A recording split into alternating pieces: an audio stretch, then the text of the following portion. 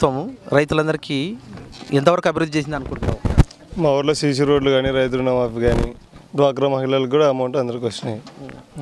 కాబట్టి మాకు నెక్స్ట్ కూడా టీడీపీ గవర్నమెంట్గా ఓటేస్తాం. టీడీపీ గవర్నమెంట్ రావాలని కోరుకుంటున్నాం. మహిళలకు మిగతా మహిళలకు కూడా అన్ని రకాలుగా అభివృద్ధి ప్రభుత్వం చేసిందా? అవును, మహిళలకు మొన్న 10,000 చెక్ ఇచ్చారు. నిన్నవే అమౌంట్ కూడా తెచ్చుకున్నారు మా వాళ్ళందరూ. రాబోయే రోజుల్లో మళ్ళీ రాబోయే రోజులు కూడా ఇంకా చేస్తారని ఆశిస్తున్నాము.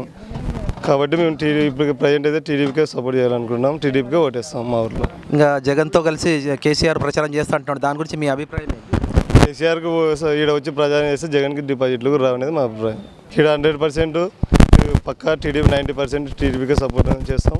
టీడీపీ కంపల్సరీ మా కాన్స్టిట్యూన్సీలో టీడీపీ అభ్యర్థి విన్ అవుతారు. మాకు 200 పింఛనప్పటి నుంచి వస్తుంది. ఇప్పుడు కూడా బాగానే వస్తుంది. ఇంతవరకు ఏమీ మాకు అన్యాయం ఏమి జరగలేదు. ఆయననే వస్తే మేలు, చంద్రబాబు నాయుడు వస్తేనే మేలు, ఇంకేం లేదు సార్. మహిళలందరికీ సంతోషమే సార్. అన్ని దొరుకుతున్నాయి, పసుపు కుంకుమ అన్నీ వస్తున్నాయి. ప్రభుత్వ పరంగా ఏ రకంగా సహాయ సహకారాలు అందించారు? పొదుపు ప్రొటెక్షన్ గ్రూప్ గురించి మాకు పోయిన సంవత్సరం కూడా 10,000 ఇచ్చినాడు. ఈ సంవత్సరం కూడా 10,000 ఇచ్చినాడు. పసుపు కుంకుమ కిందకి మహిళలకు చాలా సాయం చేస్తున్నాడు చంద్రబాబు నాయుడు. వస్తేనే బాగుంటుందని అనుకుంటున్నాం.